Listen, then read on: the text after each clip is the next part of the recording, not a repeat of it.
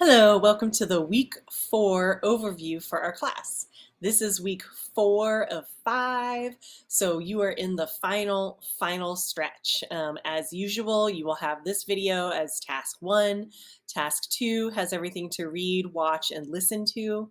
That includes additional supplemental readings to help explain this term, intersectionality, which is very central to feminist theorizing and to the field of WGSS. And there's also a podcast for you to listen to. So pay extra attention to everything in task 2 this week.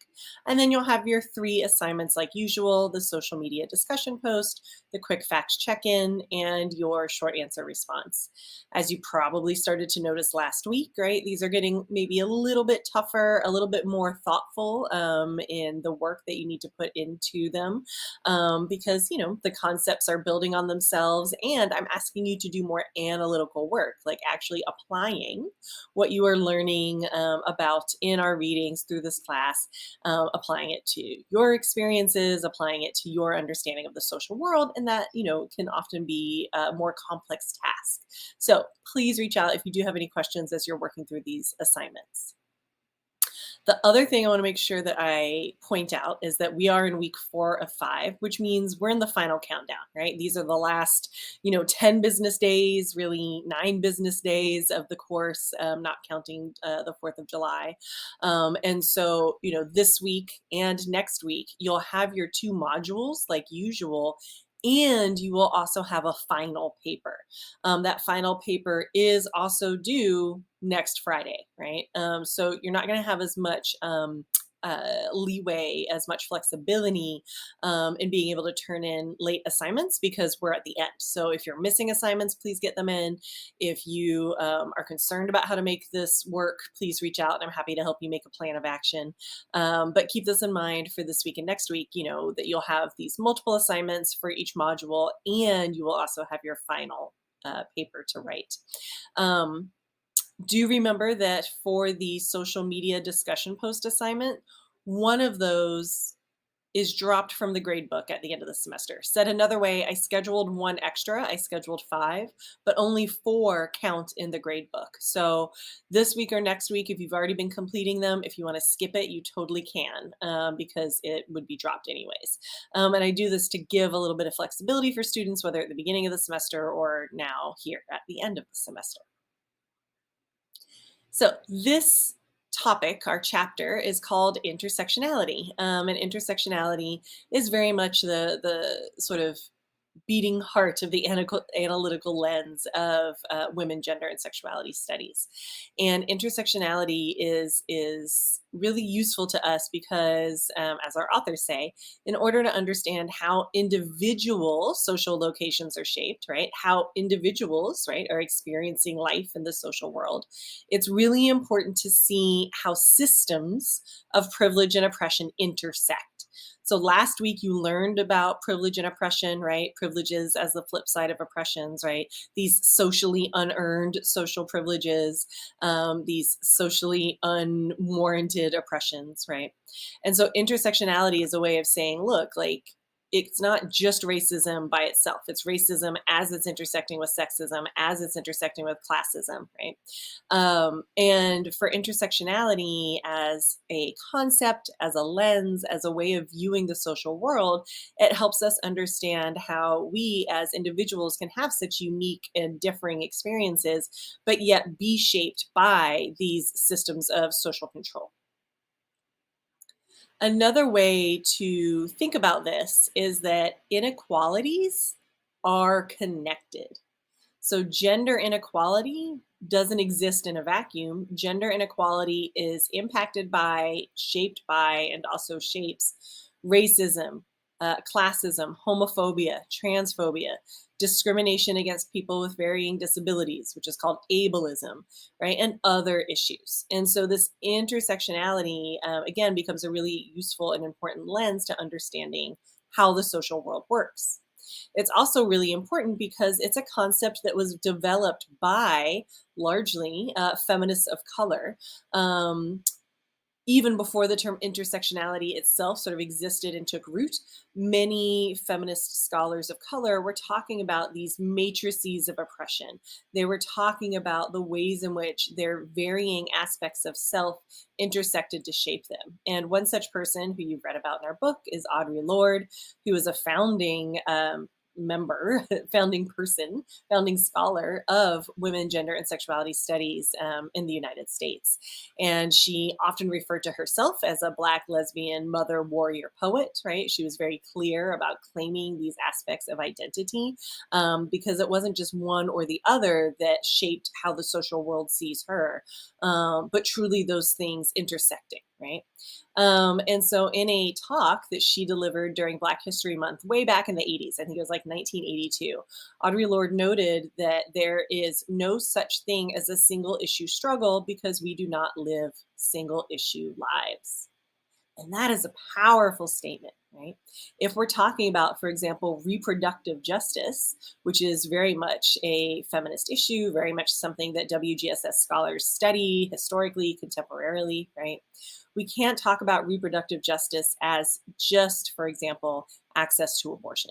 Reproductive justice is about the right to have a family, to define what family means to you, to parent your children, right?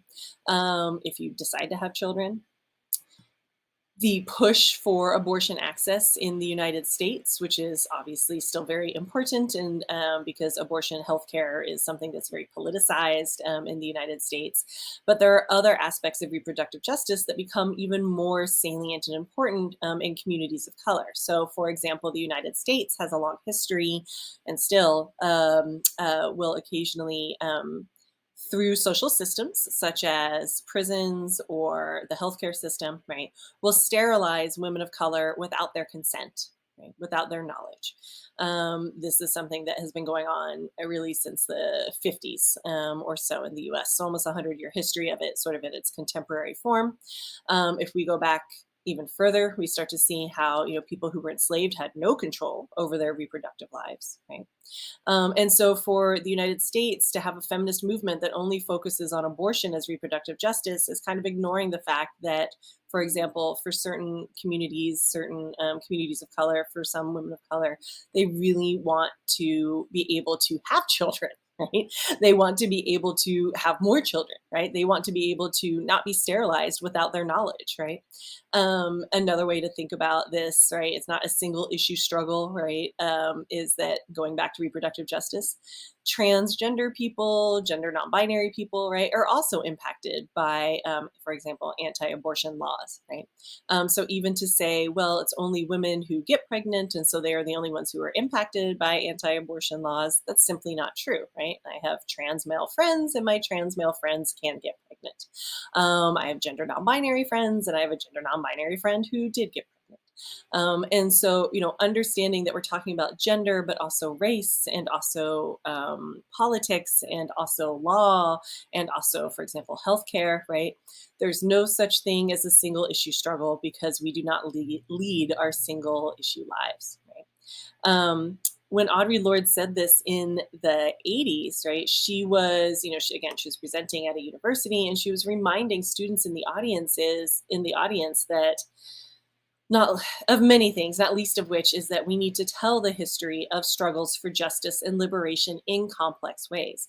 So this is also something that becomes really salient today with the efforts to curb or completely stop teaching women, gender, and sexuality studies, ethnic studies, Black studies, Chicana studies, Indigenous studies, right? As various states, for example, Florida, right, are trying to stop the teaching of our histories. And not teaching someone their histories is a really powerful way to delegitimize their very existence, right? Um, Audre Lorde and other feminists who take this intersectional lens, right, are really pushing students, their colleagues, right, the social world, to think about things like how homophobia and sexism work together, right?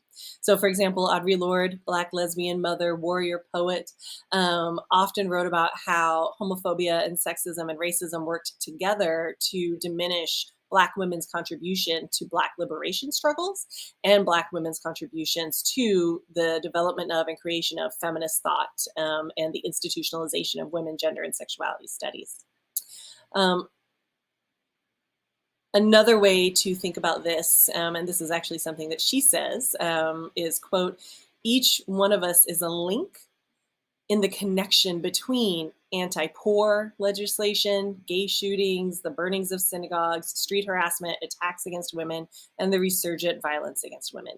She said this way back in the 80s, and yet this is very similar to what we are seeing today in terms of legislation at state and federal levels, right? One reason why feminist scholars also study this is not just to illuminate how those intersecting isms are shaping our lives, but also how to build, illuminating how to build effective coalitions to fight the multiple injustices, right? That requires us to commit ourselves to a future, a visionary feminist future that can include each other and embracing each other for our differences and recognizing difference while working together towards goals of social justice.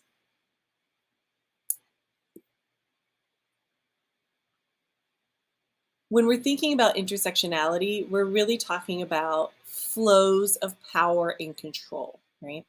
And so oftentimes students think about intersectionality at the individual level, because that tends to be a little easier.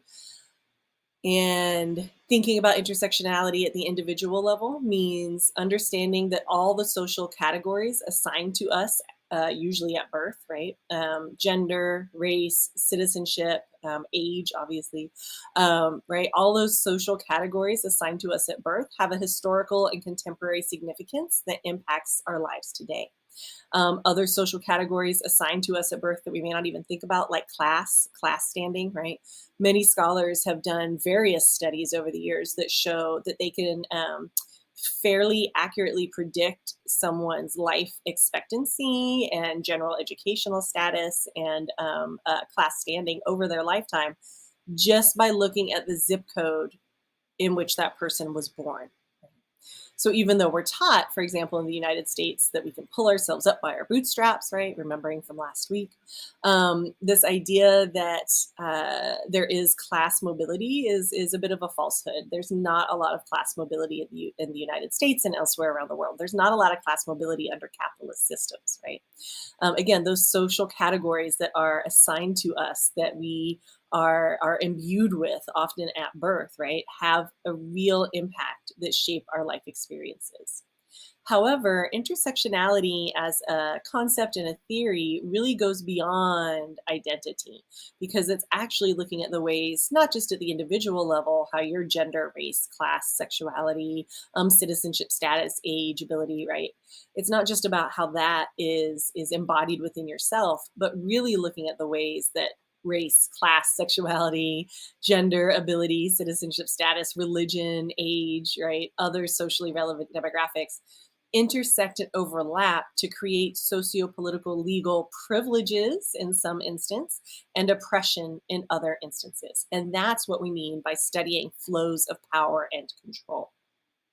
So another way to think about this is through metaphor. I'm not very artistic. Pretend this is a flower, and in the middle is you, right? So here we see this individual approach to understanding intersectionality. You are an intersection of all these aspects of self, right? I am a white, bisexual slash queer woman, femme, who was born in the United States and continues to live in the United States. I was raised Jewish, but I'm not particularly observant. I come from a fairly working class background and, was able to move up slightly based on my educational standing to more of a middle class standing, right? But that, it describes me, but it's not really explaining why that matters. Why that matters is because of those social systems, right? So I am shaped by compulsory heterosexuality, like what you learned about last week. Compulsory heterosexuality impacts everybody, whether you're straight, whether you're, lesbian, gay, queer, asexual, that compulsory heterosexuality shapes what we think of as love and relationships. It shapes what we think of as appropriate behaviors in those relationships, what it means to be dating, what it means to be a girlfriend or boyfriend or they friend, or spouse, right? We are all shaped by patriarchy, right? Doesn't matter your gender, you are shaped by patriarchy. Patriarchy values men and masculinity. Um, but in that valuing of men and masculinity has a very limited definition of what constitutes masculinity and manhood, right? So we're shaped by these systems as they impact us through social institutions, right? We are all impacted by the social construction of race, whether it's white privilege. For example, I have benefited from white privilege in my lifetime, or for students of color being impacted by racism, right? Um, we are impacted by citizenism. Citizenism is a term that was developed by two Chicana feminists to describe the ways in which people who are citizens feel this sense of superiority over other people who live in the country who are not citizens of that country, right? And we hear this a lot in the United States, and particularly in Texas, this really anti-immigrant hateful speech around, things like, well, my parents or great grandparents, right? They immigrated, quote unquote, correctly, or immigrants are criminals because crossing the border is illegal. I want to be very clear that not having citizen papers, your citizenship papers, right, is a civil offense, not a criminal offense, right? As much as the United States tries to criminalize it, right? We live in a society that values Christianity, and so there's Christian privilege built into the social world, particularly here in the United States, right? All this is contextual, oftentimes on place and geography. And that Christian privilege is very evident, right, at TCU, where, Christian is literally in the title. But yet there are students who are agnostic or atheist or practicing other religions, Judaism, we have Muslim students, right? So understanding intersectionality means not just thinking about yourself as the individual, but rather how those isms, those privileges and oppressions are impacting your social life and your ability to navigate the social world. Another way to think about this is that, you are the middle of this flower, right, of all these systems of social control.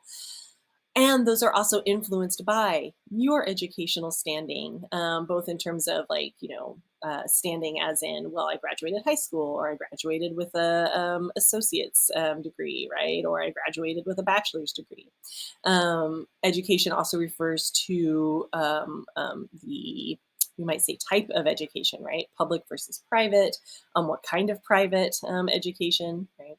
The history, both of yourself and your family and of the country and state in which you're living in, right? Your family's standing and status at that moment, the economy, right? Politics, right? All of this is shaping, right? This flower, right? Think of those as like the sun and rain, because too much sun or too much rain is also not great.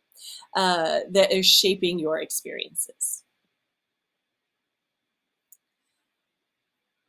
Another way to think about this is that intersectionality, again, is at the heart of feminist analysis, because for us, an intersectional feminism is the only way to get the full big picture of what's going on in society. Because if you're looking only at gender and not also at race and sexuality, for example, you're not getting the big picture, right? Intersectional theory, again, refers to both the intersection of our personal identities, but those identities only have meaning because of the intersection of the processes of privileges and oppressions that are embedded in our social institutions, social norms, and social structures. Oftentimes, then students will ask, well, how are these intersectional forms of oppression and privilege created or maintained? And so I take us back to bell hooks and this phrase, again, which I introduced, I think, 2 weeks ago. One of her more famous quotes is when she says, when I use the phrase imperialist, white, supremacist, capitalist patriarchy to describe our nation's political system, audiences laugh. No one has ever explained why accurately naming this system is funny. That laughter itself is a weapon of patriarchal terrorism. Right? Here she is describing intersectionality without saying the word, right, intersectional, but this is an intersectional analysis as to why the experiences of violence are so racialized, gendered, are so often targeted at people in the LGBTQ plus community, are so targeted at poor immigrants of color, right? So this idea of trying to understand how and why it exists, which goes a little bit beyond some of what you were reading for this week, but to give you this framework of understanding that our political systems very much shape who we are, how we live, our life advantages and disadvantages. If you want to think about intersectionality and you're like, wait, this is confusing, I need some examples, here's some examples, right? So these are just a few examples that I picked because I find them to be particularly salient and engaging. So this is a picture of the Gray Panthers. This is from the late 1980s. And the Gray Panthers was an organization, a national movement in the US of multi-generational people who came together to fight ageism and homophobia and transphobia, right? And also racism, right? You can see here that they're holding these signs, right? Great Panthers on the prowl, house the homeless, evict the weapons. Gray Panthers say fund a national health system, not the military. Gray Panthers say, you know, unite for peace, no to racism, no to ageism, right?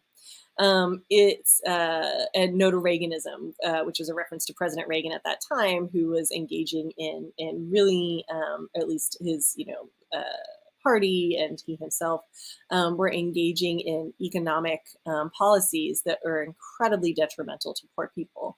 And so the Gray Panthers, right? National movement, and it's focusing on age, sexuality, gender, race, and then looking at the institutions, the government, right? Both national government, our federal government, and state government.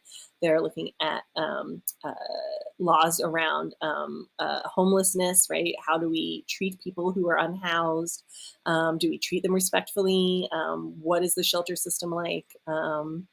Why is it so difficult for people who are not securely housed to be able to access simple shelter, food, medical care, right? They're talking about the healthcare system. They're talking about the military, right? Those are all social institutions. Another example of this comes from the Black Lives Matter movement with its gender inclusive focus on Black women's experiences of police violence. So this is a protest, a vigil actually, of Black Lives Matter. And one of the other hashtags that's evolved is hashtag say her name. So Sandra Bland, Rakia Boyd, Alicia Thomas, Chantal Davis, right? I encourage you to Google the women's names to see how they died. And so within Black Lives Matter movement, there were many and still are public vigils and marches to protest when people are killed by police or within the criminal justice system, right? This was this Say Her Name series specifically is actually from 2015, so almost 10 years ago, right? This is something that is ongoing.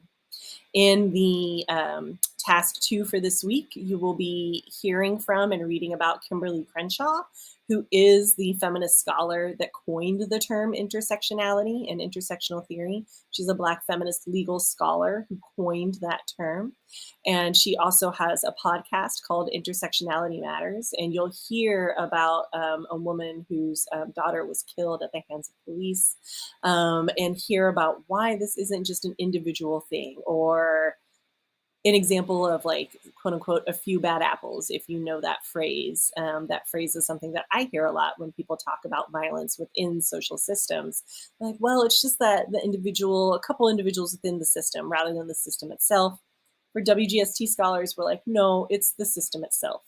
And this is why the Black Lives Matter movement is what we call an abolitionist movement, right? Building on the abolitionist movement of the early founding of the United States, right? To abolish slavery.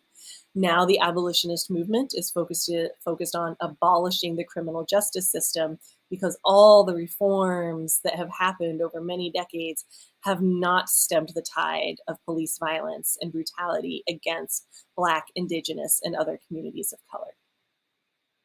Another way to think about intersectionality comes from the undocuqueer movement in the United States. This is a piece of artwork by Julio Salgado, who has been, and I encourage you to look up him and his other artwork. And he looks at how being undocumented and being LGBTQ in the United States, right, is a very particular experience. And while queer people often talk about coming out, undocumented people also talk about coming out or choosing not to come out. And so Julio and others in the undocuqueer movement are explaining the intersection of being undocumented, that intersection of citizenship, sexuality, gender, oftentimes race and ethnicity, right? Here you see, it's a little hard to see on the shirts. So if you Google him, you can kind of see the other artwork and see more of the language that he's using, right?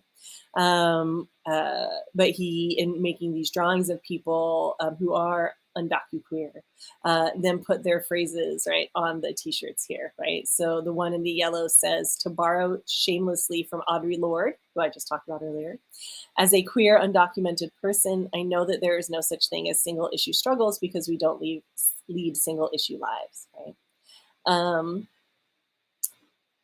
as I start to wrap up this video, I just want to point out to you, and this isn't something that we get into too much in this class, but if you take additional WGST classes or CRESS classes, comparative race and ethnic studies classes here at TCU, you'll start to hear about the many, many, many threads, the many examples of intersectional feminisms. Like, feminism is a word that should be plural when we talk about it. And so there are many examples of intersectional feminisms. Black feminism and womanism is an intersectional feminist lens that is looking at that intersection of race, particularly focused on Blackness, and gender, right? Chicana feminism, indigenous feminisms, Asian American Pacific Islander feminisms, right? Muslim feminism, Jewish feminisms, and so many more. There's other intersectional feminist lenses as well. Transnational feminism is this lens that was developed in order to explain the ways that feminist struggles are connected across nation-state boundaries, right? Sort of dissolving the importance of nation-state boundaries. And importantly, transnational feminists question the very existence of nation-state boundaries, right? And the violences that patrolling those nation-state boundaries, the violences that come along with that. Environmental feminism is another example of an intersectional feminism that's looking at how, right, our impact on the environment, right, is disproportionately harming women of color, particularly in South world and global South nations. Right? So understanding that there are many, many different kinds of feminisms can help you also understand the ways that intersectionality becomes a really important analytic lens. Finally, one other small point, right? You might hear people talk about white feminism. White feminism is very different than what I just talked about in the previous slide. White feminists like myself. So white feminism, not all white feminists engage in white feminism, but it often means that we have to work really hard to recognize and work against the ways that racial privilege benefits us. So white feminism is a phrase that refers to the ways that white women's white privilege often means that we think that our experiences of gender violence and sexism are universal. And that really ignores how racism shapes the lives of Black, Indigenous, and other women of color very differently than us, right? Feminism, it's an identity, it's a social movement, it's a political lens, it's an academic lens, right? And feminism doesn't exist in a vacuum. And so racism creeps into political and social movements all over, right? We see this with mainstream lesbian gay movements, right? We see this with, other sort of social movement attempts, right? I think of the push to legalize marijuana, right, has been oftentimes a very racist sort of push, or at least a push that ignores the way that drug laws have impacted communities of color so horrifically over the last several decades, right? So feminism is not immune to this. Racism creeps into political and social movements, including feminism. So, for example, in the United States, women got the right to vote in what year? Think if you know it. 1920, which is barely a little over 100 years ago, right? So it's very, very new. Women got the right to vote in the United States because white women threw women of color under the bus.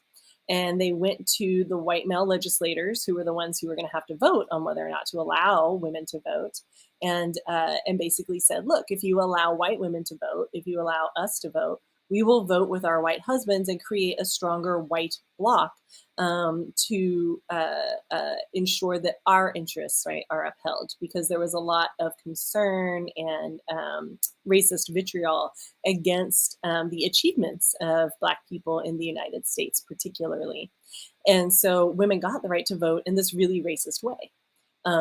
I am glad that we can vote today, but the way that it was won was really problematic. And Black feminist scholar Angela Davis actually wrote about this in a really famous book that, if you continue on in women, gender, and sexuality studies, you may actually read that book one day, or at least an excerpt from it.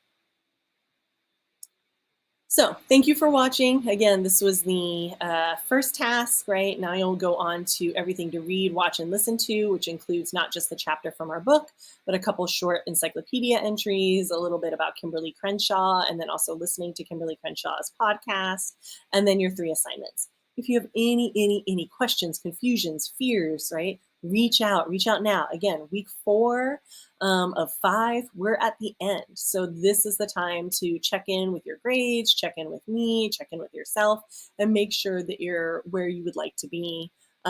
If there's anything that's confusing, anything that you want to talk out, you can email me, you can text me, we can talk via email or text. We could also set up a time to talk one-on-one if you would like that. We could talk one-on-one via Skype, Zoom, or even a simple phone call. I am here to help ensure that you have a strong ending to this semester, to this summer semester. All right, thanks for watching.